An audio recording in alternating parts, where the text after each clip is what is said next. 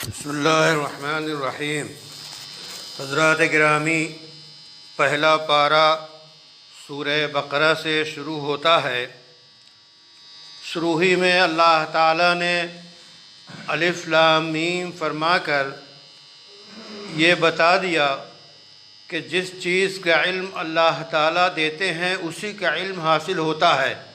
الف لام میم کا معنی و مطلب اللہ کے علاوہ کوئی نہیں جانتا۔ اس کے بعد پھر اللہ تعالیٰ نے کتاب مقدس قرآن کریم کا تعارف کرایا ہے کہ یہ ایسی کتاب ہے جس میں شک و شبہے کی کوئی گنجائش نہیں ہے، اور یہ ایسی کتاب ہے جو سراپا ہدایت ہے، رہنما ہے ایسے لوگوں کے لیے جو اللہ کی طرف لپکتے ہیں اور وہ چاہتے ہیں ان کے اندر اللہ سے خوف کا مادہ ہوتا ہے تو وہی قرآن کریم سے فائدہ اٹھا پاتے ہیں۔ اس کے بعد اس سورے میں مختلف لوگوں کی مختلف قسمیں بیان کی گئی ہیں۔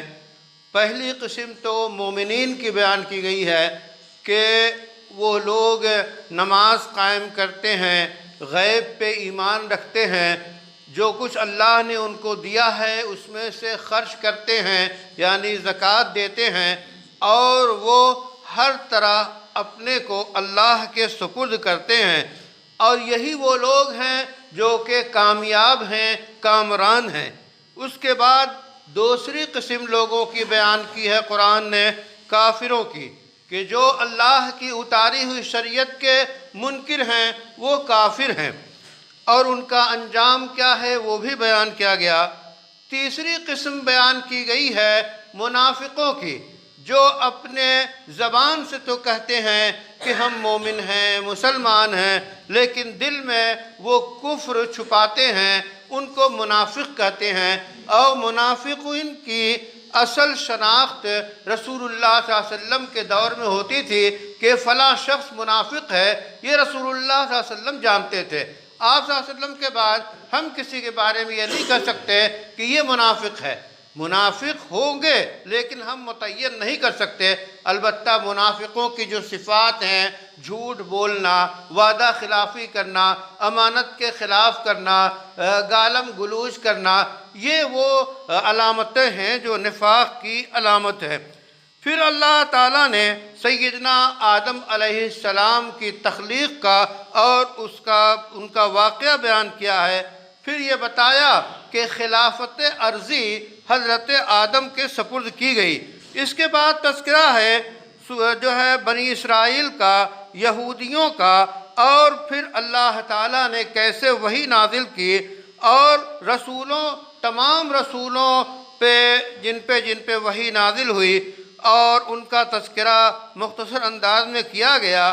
پھر اس سورے میں اور اس پارے میں گائے کی کہانی بھی ہے کہ گائے کا واقعہ پیش آیا، اور اس میں امت کو یہ پیغام ہے کہ شریعت کے مسئلے میں قیل و قال سے کام نہ لیں۔ ان لوگوں نے ایک گائے کے بارے میں کیسے سوال کیے کہ اس کا رنگ کیا ہوگا، یہ بتائیے کہ وہ ہم کہاں سے لائیں، ہم تو نہیں پا رہے ہیں۔ یہ 3-4 سوالات کیے ہیں تو وہ مشکلات میں پھنستے گئے۔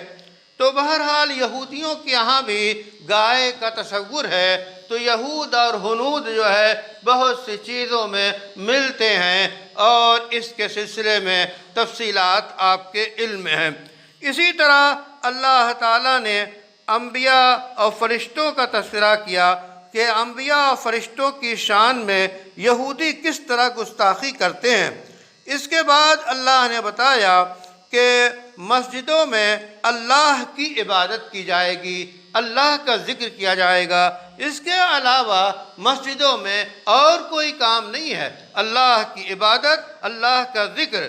اور وہ لوگ جو کہ ظالم ہیں وہ اس سے انہیں الرجک ہے، وہ اس سے نفرت کرتے ہیں، اور مسجدوں میں ذکر اور نماز اور اللہ کے نام کے لینے کو مٹانا چاہتے ہیں، اور مسجدوں کو ویران کرنا چاہتے ہیں۔ یہ ان کی سازش ہے۔ یہ سازش شروع دور سے چلی آ رہی ہے، اس وقت تش تش بام ہو رہی ہے، لیکن اللہ تعالی ہمارے لیے کافی ہے اور وہ ان تمام مکر و فریب کا ازالہ کرے گا جو مسجدوں کے خلاف کی جا رہی ہے۔ اسی طرح مسجد حرام کا ذکر کیا گیا، اس کے بعد بیت اللہ کی تعمیر کا سیدنا ابراہیم اور ان کے صاحبزادے اسماعیل علیہ السلام نے کس طرح مل کر تعمیر کیا، تو تعمیر مسجد کا تصور اور اس کی حقیقت کو مسجد حرام میں بیت اللہ کی تعمیر کر کے ان حضرات نے واضح کیا، تو قرآن سراپا رہنما ہے۔ یہ خلاصہ ہے پہلے پارے کا۔ اللہ تعالیٰ سے دعا ہے کہ ہمیں توفیق دے کہ ہم قرآن پڑھیں، قرآن سمجھیں اور قرآن پہ عمل کریں اور قرآن کے پیغام کو عام کریں۔